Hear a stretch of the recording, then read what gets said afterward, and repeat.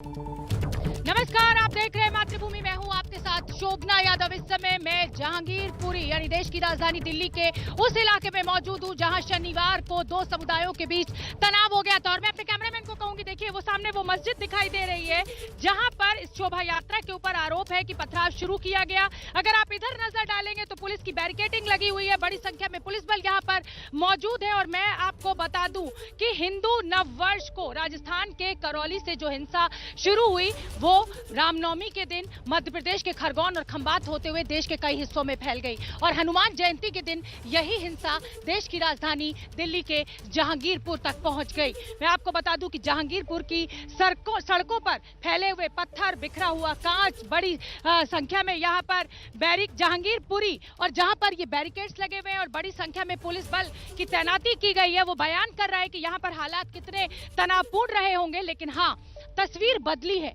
कहानी अब बदल रही है। झाड़ू लगाकर यहाँ पर पत्थर और कांच जो बिखरा पड़ा हुआ था उसको हटा दिया गया है। चहलकदमी शुरू हो गई है। आज यहाँ पर दुकानें भी खुली। लोगों में दोनों समुदायों के बीच जो कड़वाहट पैदा हो गई थी उस कड़वाहट को दूर करने की कोशिश भी की जा रही है। और जिस तरीके से जांच आगे बढ़ रही है, 21 लोगों की गिरफ्तारी हो चुकी है। दिल्ली पुलिस का साफ साफ कहना है कि किसी भी तरह की कोई नरमी नहीं बरती जाएगी। फॉरेंसिक की टीम भी यहाँ पर पहुंची थी। ये यहाँ पर साइबर फॉरेंसिक वैन भी खड़ी हुई है, इस पर भी हम बातचीत करेंगे। लेकिन उससे पहले आपको बड़ी खबर इस समय की बता दें। इस दंगे के तमाम आरोपियों को जिनको गिरफ्तार किया गया था उनको इस समय रोहिणी कोर्ट में पेश किया जा रहा है। आप तस्वीरों में देख सकते हैं अंसार जो कि मुख्य आरोपी है इस पूरी हिंसा का, जिसके लिए कहा जा रहा है कि वही साजिश करता है इस पूरी हिंसा का, उसको यहाँ इस कोर्ट में पेश किया जा रहा है। 21 लोगों की गिरफ्तारी की जा चुकी है और दिल्ली पुलिस तमाम जो सीसीटीवी फुटेज है उनको खंगालने का इस समय काम कर रही है। जितने भी साक्ष्य जुटाए जा सकते हैं, जो चश्मदीद हैं, उनसे बात की जा रही है और कोशिश यही की जा रही है कि इस हिंसा को अंजाम देने वालों को सलाखों के पीछे पहुंचाया जा सके, उनके जुर्म की सजा उनको दी जा सके। जिस तरीके से जहांगीरपुरी में इस तरीके की इतनी बड़ी घटना को अंजाम दिया गया, ये कहना गलत नहीं होगा कि देश की राजधानी दिल्ली को पता नहीं किसकी नजर लग गई। चाहे सीएए के विरोध प्रदर्शन के दौरान जिस तरीके की चहलकदमी रही, जिस तरीके का तनाव रहा, उसके बाद किसानों के आंदोलन की अगर बात करें तो उसमें भी दिल्ली की सड़कों पर हिंसा का तांडव देखने को मिला। अगर हम बात करें जेएनयू में जिस तरीके से विवाद हुआ, जिस तरीके से यहाँ पर दो समुदायों के बीच में लगातार रह रहकर हिंसा भड़क जा रही है, उसको देखते हुए कहीं ना कहीं सवाल ये भी पैदा होता है कि आखिर कौन है जो यहाँ का माहौल खत्म करना चाहता है। लेकिन मैं इसके साथ ही आपको ये भी बताना चाहती हूँ कि जो अंसार जिसको इस समय रोहिणी कोर्ट में पेश किया जा रहा है उसकी तस्वीरें वायरल हो रही हैं। आरोप ये लग रहा है कि ये अय्याश किस्म का आदमी था। BMW कार के साथ इसकी तस्वीर है, अपने साथियों के साथ बैठा हुआ, शराब की बोतलें दिखाई दे रही हैं तस्वीरों में। तो ये 4 तस्वीरें आपके सामने हैं, आप देख सकते हैं किस तरीके से जिस अंसार को मुख्य साजिशकर्ता कह रही है दिल्ली पुलिस, वो किस तरीके से BMW गाड़ी के साथ गाड़ी खड़ी की हुई है, गाड़ी के साथ फोटो खिंचा रहा है, शराब की बोतलें उसके सामने नजर आ रही हैं। और ये कहा जा रहा है कि वो एक जिसे कहा जाए कि जाना माना बदमाश है। उस पर पहले भी कई मुकदमे दर्ज किए जा चुके हैं। और अब ये तस्वीरें आपके सामने हैं, आप देख सकते हैं बीजेपी के नेताओं के द्वारा सोशल मीडिया पर ये तस्वीरें शेयर की जा रही हैं। इन तस्वीरों को देखकर लगता है कि अंसार रईसों की तरह जिंदगी जीता था। एक तस्वीर सामने आई है जिसमें अंसार अपने 2 और साथियों के साथ बैठा हुआ दिखाई दे रहा है, सामने शराब की बोतलें रखी हुई हैं। तस्वीर में आप ये भी देख सकते हैं कि अंसार BMW कार के पास खड़ा है। एक तस्वीर में अंसार के गले में सोने की मोटी चेन नजर आ रही है, उसके हाथ में 3-3 अंगूठियां भी दिखाई दे रही हैं।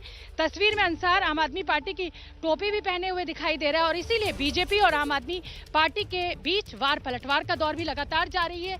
बीजेपी कह रही है कि आम आदमी पार्टी आतंकवादियों को पनाह देती है, उधर आम आदमी पार्टी के लोगों का कहना है कि बीजेपी आतंकवाद को बढ़ावा देती है। दंगे जो हैं वो बीजेपी के द्वारा कराए जाते हैं चुनावी फायदे के लिए। तो ये 4 तस्वीरें आपके सामने।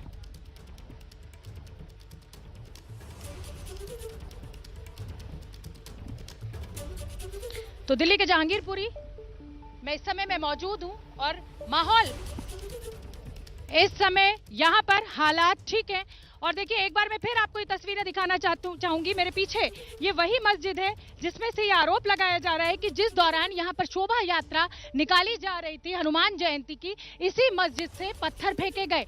कहा यह जा रहा है कि मस्जिद में ये पत्थर पहले से इकट्ठे किए गए थे। और ये देखिए यहाँ पर ये सभी ऊंची ऊंची इमारतों वाली ये घर है, दोनों तरफ अगर हम सड़कों की तरफ गौर करें। और ये कहा जा रहा है कि रामनवमी के बाद जिस तरीके से जो हिंसा शुरू हुई थी हनुमान जयंती के दिन, जब ये पूरे जुलूस निकाला जा रहा था तो इन्हीं छतों में से ये पत्थर फेंके गए। तो अब हम आपको बता दें कि ये जो अंसार, जो कि मुख्य साजिशकर्ता कहा जा रहा है, उसकी जो तस्वीरें बीजेपी के नेताओं के द्वारा वायरल की जा रही हैं, अब पलटवार शुरू हो चुका है। आम आदमी पार्टी क्या कह रही है और बीजेपी के नेता क्या कह रहे हैं, सुन लेते हैं एक बार।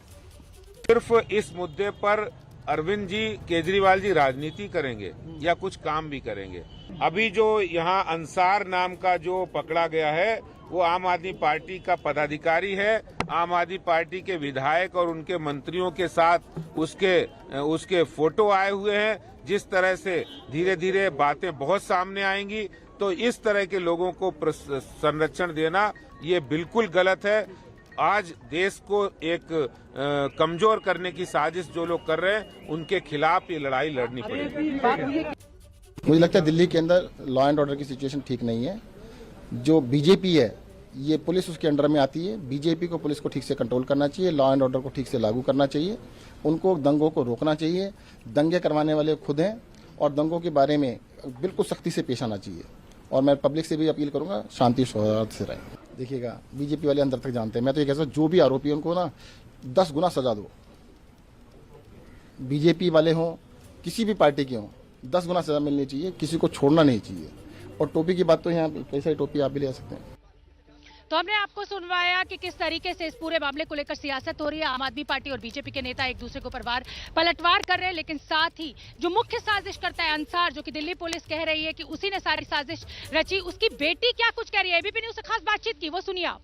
कल हम लोग आए थे, मतलब हम लोग रोजा खोल लेते, पुलिस वाले बाहर से किसी का फोन आया कि आप भाई आप आ जाओ, वहाँ पर लड़ाई हो रही है। तो मेरे पापा वहाँ पर गए थे कि सबको सुलझाने की, लड़ाई ना हो, किसी का कुछ हो ना, किसी का नुकसान ना हो। मेरे पापा इसलिए गए थे और सबने क्या बोला कि यहाँ पर भाई यहाँ पर लड़ाई कर रहे हैं, यहाँ पर ये सब कर रहे हैं, तलवार उनके हाथ में। मतलब बहुत उल्टा सीधा पापा को बहुत उल्टा। आपके पापा के पास किसी का फोन आया था? हाँ, किसी का फोन आया था। मेरी मम्मी ने पूछा कि कहाँ जा रहे हो, आपको खाना खाना है ना। मेरे पापा ने बोला कि आप मैं अभी 10 मिनट में आ रहा हूँ। कि क्या वो बोलो तो सही, बोलो। पापा ने कुछ भी नहीं बोला कि मैं अभी आ रहा हूँ। फिर जब बाद में पता चला कि यहाँ पर दंगा हो रहा है, तो पापा जब दोबारा आए तो पुलिस वाले रात के 11 बजे 11:30 बजे हमारे घर पर आए, बातचीत करा, दरवाजा बंद करके पापा से कुछ बातचीत करा। अंदर अकेले कमरे में बातचीत की। हाँ, हम लोगों ने ऊपर से देखा कि 5-6 पुलिस वाले आए थे, घर के कपड़े में, ड्रेस में आए थे और बातचीत करा पापा से अंदर से। फिर हम लोगों ने, फिर पापा ने, मम्मी ने पीछे से आवाज दिया कहाँ जा रहे हो, तो कह रहे मोनी में सकीना मैं अभी आ रहा हूँ। तो फिर जब बोला तो फिर कह रहा मैं अभी आ रहा हूँ। फिर पापा को जब 2:30 बजे फिर मैंने फोन करा, मेरी मम्मी कह रहे मुझे ना लेके जा रहे 2:30 बजे यहाँ से, वहाँ पर थाने में कहीं लेके जा रहे। कह रहे अच्छा। फिर उसके बाद से पापा का ना फोन आया ना कुछ, ना मिलने भी नहीं दे रहे। मम्मी वहाँ से कितना गई है, कि कोर्ट कैसे वहाँ पर गई। ये बताइए, रात 11 बजे आपने बताया पुलिस वाले आते हैं और फिर वो उनके साथ जाते हैं। 11:30 बजे वो लोग आए थे, सॉरी शाम के टाइम आए थे। 11:30 बजे उनको लेकर चले गए। फिर जब फोन आया तो कह रहा कि सकीना कहाँ, मेरी मम्मी ने जब मेरे पापा को फोन करा कि कहाँ पर हो, कह रहा मैं अभी कुशल के पास बाहर बैठा हूँ पुलिस वालों के साथ। तो अच्छा ठीक है। जब 2:30 बजे पापा का फोन आया, पापा ने मम्मी को बोला कि मैं ना वहाँ पर जा रहा हूँ, पुलिस वाला मुझे लेकर जा रहे थाने पे। फिर उसके बाद ना पापा का फोन आया, ना मैसेज आया, ना कुछ, ना मम्मी भी गई, ना मम्मी को मिलने दे रहे पापा से, ना बात करने दे रहे, ना कुछ करने दे रहे। तो ये अंसार की बड़ी बेटी हैं अनवरा, जिनका कहना है कि उस दिन ये इनके फादर जो थे अंसार घर पर थे, उनके पास फोन आता है, हिंसा का उन्हें पता चलता है, वो वहां जाते हैं। जिसके बाद शाम में वापस से पुलिस उनके घर आती है, पुलिस उनसे पर्सनल अकेले में बातचीत करती है कमरे में, जिसके बाद वो उन लोगों के साथ चले जाते हैं। रात 2:30 बजे के बाद परिवार का अंसार से कोई संपर्क नहीं है। कैमरा पर्सन राजेश कुमार के साथ मदीहा खान, एबीपी न्यूज, जहांगीरपुरी, दिल्ली। तो इस पूरी हिंसा का जो मुख्य साजिश करता है अंसार, उसकी बेटी अनवरा को आपने सुना, उनका यही कहना है कि अंसार को कुछ पता नहीं था। लेकिन इसी के साथ मैं आपको बता दूं कि जो 21 आरोपियों की गिरफ्तारी की गई है दिल्ली पुलिस के द्वारा, उनको आज रोहिणी कोर्ट में पेश किया गया। रोहिणी कोर्ट में मेरी सहयोगी निधिश्री मौजूद है। निधिश्री, मैं आपका रुख करना चाहूंगी, क्या कुछ चल रहा है इस समय कोर्ट में?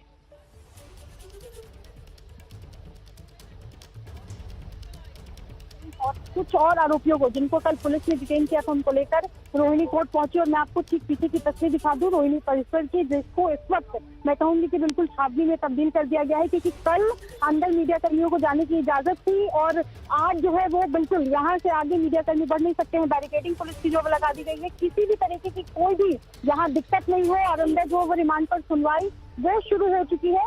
एक और बात यहाँ बताना जरूरी है कि असलम की उम्र को लेकर जो है वो विवाद है, क्योंकि पहली बार जब पुलिस ने कागज सौंपे तो उसमें असलम की उम्र 20 साल से ऊपर बताई जा रही थी, जबकि असलम के परिवार वालों से जो एबीपी न्यूज ने बात की थी उसमें वो उसकी उम्र 16-17 साल बता रहे हैं। तो ऐसे में क्या असलम की सुनवाई जो है वो जुवेनाइल कोर्ट में की जाएगी, इसको लेकर के जो है वो थोड़ा सा संशय है, क्योंकि अंदर हम जा नहीं सकते। इस वजह से अंदर क्या प्रोसीडिंग हो रही है इसको लेकर के अभी चर्चा जो है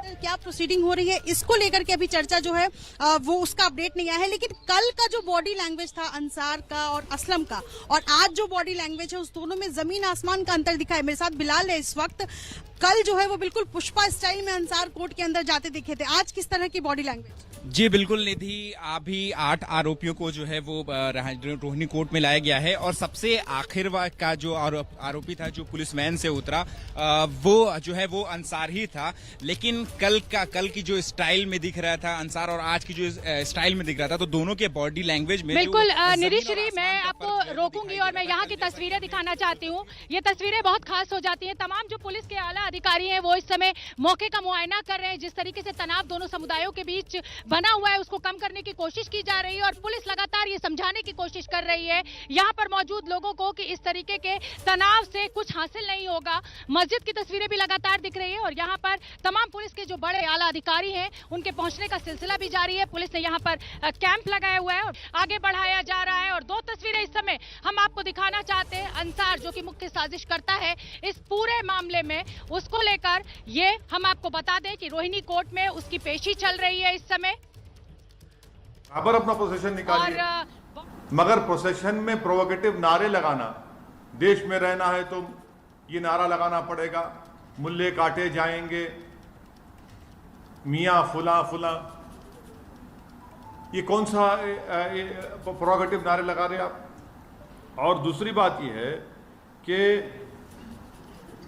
जब आपने वहां पर बगैर परमिशन की इजाजत दे दी, पुलिस ने इजाजत दे दी, आज कमिश्नर पुलिस कह रहे हैं, आपने 14 मुसलमानों को गिरफ्तार कर लिया, वो उसमें से कई जुवेनाइल हैं। क्या कर रहे हैं भाई आप? 14 के 14 को पकड़ लिया। और एक लड़का है अंसार, उसका वीडियो है। क्या कमिश्नर पुलिस नहीं देखते, क्या अमित शाह नहीं देखते, क्या इंटेलिजेंस नहीं देखता? वो अंसार को भी नहीं क्यों बनाए? वो अंसार तो उस प्रोसेशन में एक लड़का था जिसके हाथ में इतना बड़ा तलवार थी, उसको समझा रहा है कि बेटा ऐसा काम नहीं करना, हम यहां पर मिलकर रहते, भारत हमारा वतन है, उसको मेन्यूक्यूज बनाते। वन साइडेड कार्रवाई हो रही है। अब मैं शुरू से कह रहा हूं कि वायलेंस उसी वक्त होता है, कम्युनल वायलेंस, जब सरकार चाहती है। जब सरकार नहीं चाहती कम्युनल वायलेंस नहीं होता। तो यहां पर भी सरकार चाहती थी कि वायलेंस हो, आपने वायलेंस होने दिया। आपकी नाक के नीचे तलवारें निकल रहे हैं, गाने बज रहे हैं, प्रोवोकेटिव गाने। आपके सामने मस्जिद के ऊपर झंडा लगाने की कोशिश, बल्कि लगा देते हैं कई जगह पर, इस जगह पर भी लगाया गया। 2 प्रोसेशन पीसफुल चले गए, तीसरे में गड़बड़ कैसे होती भैया? तो ये सब चीजें, इसकी पूरी जिम्मेदारी मोदी सरकार पर आ जाती है। और जो दिल्ली का मुख्यमंत्री है वो तो मुसलमानों को ब्लेम कर दिया। अब उनको शर्म नहीं आती इस तरह का बयान देने के मुसलमानों ने पत्थर फेंके। चुनाव जब आते तो आप सबके वोट लेते, और जब ये मामला आया तो आप दिखाते अपना असली चेहरा। तो दिल्ली की जनता को यह भी देखना है मुख्यमंत्री का, दिल्ली के मुख्यमंत्री का ये दोहरा चेहरा, कि फौरन इल्जाम लगा देते। अरे भाई, वहां पर बगैर परमिशन के जुलूस जाता है, हाथों में एक नहीं 100 तलवारें हैं, मस्जिद के ऊपर झंडा लगाया जाता है, वहीं से झगड़ा शुरू होता पूरा। सर, लॉ एंड ऑर्डर किसी भी सरकार का वो होता है। दिल्ली में लॉ एंड ऑर्डर केंद्र सरकार के हाथ में है और कोई भी सरकार ये नहीं चाहती कि लॉ एंड ऑर्डर खराब हो। आगे बढ़ते हैं और जैसा कि लगातार मैं आपको बता रही हूँ, इस समय मैं देश की राजधानी दिल्ली के जहांगीरपुरी में मौजूद हूँ। वो जहांगीरपुरी जहां पर शनिवार देर शाम माहौल खराब हुआ, एक दूसरे समुदाय के ऊपर पथराव किया गया और अब पुलिस की जांच में ये सामने आ रहा है कि साजिश जो है वो अंसार नाम के लड़के ने रची थी। मेरे साथ मेरे दो रिपोर्टर्स मौजूद हैं और मैं आपको दिखा दूं कि लगातार उस मस्जिद की ये वो तस्वीर है जिसमें तमाम पुलिस के बड़े आला अधिकारी इस समय पहुंचे हुए हैं मुआयना करने के लिए, क्योंकि आरोप ये लगाया गया कि हिंदू समुदाय जिनके द्वारा हनुमान जयंती पर यह शोभा यात्रा निकाली जा रही थी, उनके द्वारा पथराव किया गया, झंडा फहराने की कोशिश की गई। तो पुलिस की जांच में एक एक साक्ष्य को जुटाने की कोशिश की जा रही है। आजादी का मेरी सहयोगी इसी इलाके में मौजूद है, जहांगीरपुरी में ही अभिषेक रावत भी मेरे सहयोगी यहाँ पर मौजूद है। आजादी का सबसे पहले आपका रुख यहाँ पर आप देख सकते हैं, क्योंकि मैं भी यहीं पर मौजूद हूँ और हम अलग अलग कैमरों की नजर से अपने दर्शकों को ये बताना चाहते हैं कि तस्वीर बदली है, स्थिति यहाँ पर बदली है, लेकिन तनाव अभी भी बना हुआ है। जब यहाँ पर सोनू शेख को पकड़ने के लिए पुलिस पहुंची तो एक बार फिर पथराव हुआ। आप किस तरीके के एहतियात बरते जा रहे हैं जातिका? जी बिल्कुल, आपको बता दें इस वक्त एबीपी न्यूज़ की टीम जहांगीरपुरी थाने के सामने मौजूद है और अब से करीबन 1.5 से 2 घंटे पहले सलमा नाम की एक लड़की को पुलिस जो है वो पूछताछ के लिए थाने लेकर आई है। अब सलमा के परिजन बाहर बैठे हैं, उनकी माँ जो है वो आप इस वक्त देखेंगे बदहवास अवस्था में। अब से कुछ देर पहले भी हमने उनसे बात करी थी और सलमा का इंतज़ार कर रही हैं, रोज़ा आफ्ता हैं और बेहद परेशान हैं। हम उनसे बात करने की भी कोशिश कर लेते हैं। देखिए, इनका नाम जो है वो मनवरा है। मनवरा जी, आपकी बेटी अभी भी थाने के अंदर है, क्या बात हुई, क्या वजह है, क्या कुछ बताएंगे? मैं घर पे थी नहीं, मैं तो हॉस्पिटल गई थी, मेरी लड़की अकेली थी। आके देखी तो पुलिस वाले जरा मेरे बच्चे को उठा के ले जा रहे हैं। पीछे पीछे भागते हुए आए हुए, बाहर बिठा के रख के दिखाया भी नहीं मुझे, अकेली थी। क्या उम्र है सलमा की? 22 साल थी। तो आप चिंता क्यों कर रहे हैं? वो पूछताछ के लिए पुलिस का एक तरीका होता है, पूछताछ करते हैं फिर वापस से आप उनको घर छोड़ देंगे। नहीं तो हमें क्यों उठा के लाएंगे, हम क्या करें, हम क्या बजे है? तो घर के बुजुर्ग को उठाएंगे या तुम्हारी लड़की को उठाएंगे? मेरी लड़की के साथ ये क्यों ऐसा किया? शादी होना है, उसका रिश्ता है, क्या है ये? क्या मीडिया वाला कर रहे हैं? हम तो उसकी शादी अभी हाल ही में होने वाली है। हाँ जी। कब की शादी है? अभी 3 तारीख डाली हुई नहीं। अभी 3 तारीख की नहीं हुई अभी अच्छा, ईद के बाद उनकी शादी होनी। देख रहे हैं हम।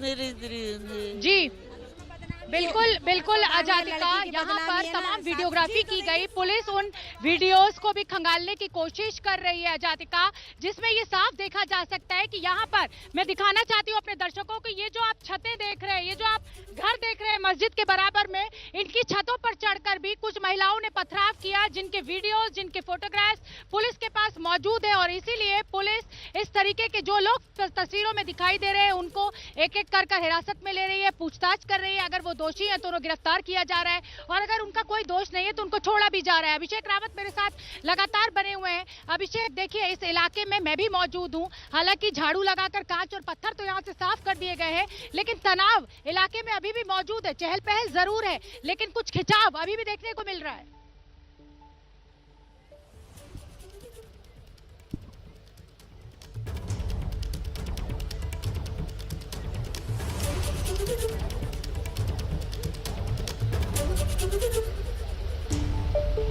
अभिषेक, क्योंकि मैं भी यहाँ जहांगीरपुरी में मौजूद हूँ और मैं अपने दर्शकों को बताना चाहती हूँ कि यहाँ पर झाड़ू लगाकर कांच और पत्थर के जो निशान थे उनको सबको साफ कर दिया गया है, लेकिन तनाव अभी भी यहाँ पर साफ साफ देखा जा सकता है। अभिषेक रावत।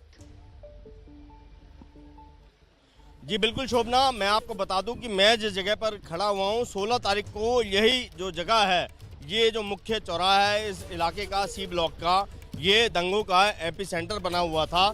मैं अपने कैमरा पर्सन आदर्श को कहूँगा कि एक बार मस्जिद की तरफ जो है कैमरा करेंगे और हम दर्शकों को दोबारा से बताना चाहेंगे कि जो शोभा यात्रा थी वो मस्जिद की तरफ से आ रही थी। मस्जिद के सामने से जब वो गुजरती है शोभा यात्रा, तो जैसा आरोप लगाया जा रहा है, जो अंसार है वो आकर उस वाहन को रोकता है जिसमें भगवान की झांकी होती है और उसमें स्पीकर रखे होते हैं जिसमें जो है भजन या और जो भी है भजन वगैरह चल रहा होता है। अंसार आता है और उस वाहन के चालक को पकड़कर गिरेबान से और स्पीकर बंद करने के लिए कहता है।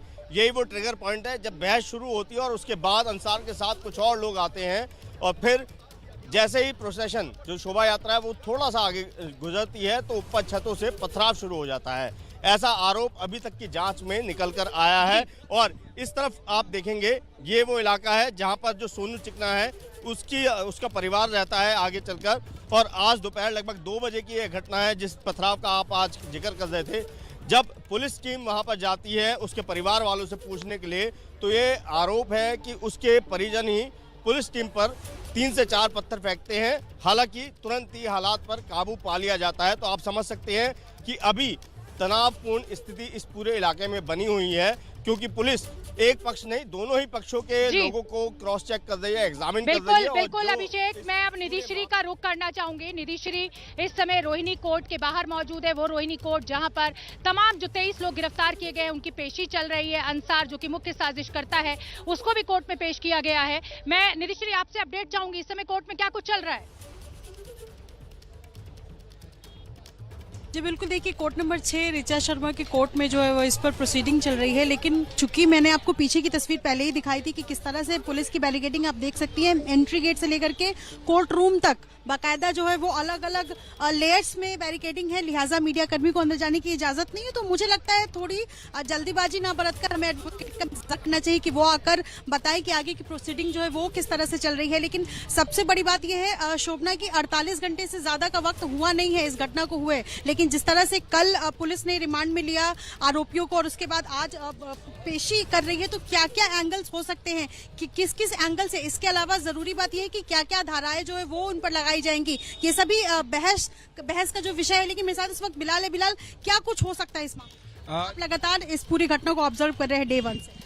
देखिए निधि, अभी फिलहाल कल जो है कोर्ट ने 1 दिन की रिमांड मांगी थी जो मेन अक्यूज थे अंसार और असलम के लिए। लेकिन आज ये हो सकता है कि कोर्ट और ज्यादा दिनों की जो है रिमांड मांग सकती है क्योंकि जो क्राइम ब्रांच की टीम और जो लोकल लेवल पे जो जहांगीर पुलिस थाने की टीम भी जो लोकल लेवल बिल्कुल ये निधिश्री पूरी बिल्कुल सही कहा जा रहा है और जाहिर सी बात है पुलिस को जांच करनी है, दोषियों को सलाखों के पीछे पहुंचाना है। हमारे रोजा इफ्तार का टाइम हो रहा था और उधर से जोर जोर से डीजे बजाते हुए नारे लगाते हुए यहाँ से जा रहे थे। मस्जिद के गेट के सामने झंडा ऊंचा करके डीजे जोर जोर से बजा करके नारा लगाते हुए मस्जिद, कई झंडे फेंके गए मस्जिद के ऊपर और लगाने की कोशिश की गई। जब मस्जिद की बेहुरमती करने लगे तो हर मुमकिन हम लोग रोकने की कोशिश की। आप ये कह रहे हैं कि मस्जिद की तरफ झंडा उछाला गया, कुछ लोग ये भी कह रहे थे कि मस्जिद पर झंडा लगाने की भी कोशिश। जी बिल्कुल, मस्जिद नहीं फेंका गया अलग और लगाने की कोशिश जो की गई वो अलग से की गई। और इसके अलावा नारेबाजी क्या हो रही थी? नारेबाजी जय श्री राम के नारे और भी नारे वो लगा रहे थे। आपत्तिजनक नारा क्या था? मतलब जय श्री राम तो चलिए धार्मिक नारा है, आपत्तिजनक नारा क्या लगा?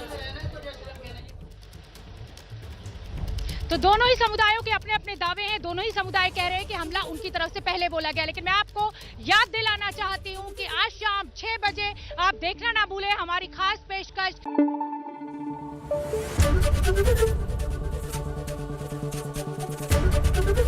एबीपी न्यूज आपको रखे आगे।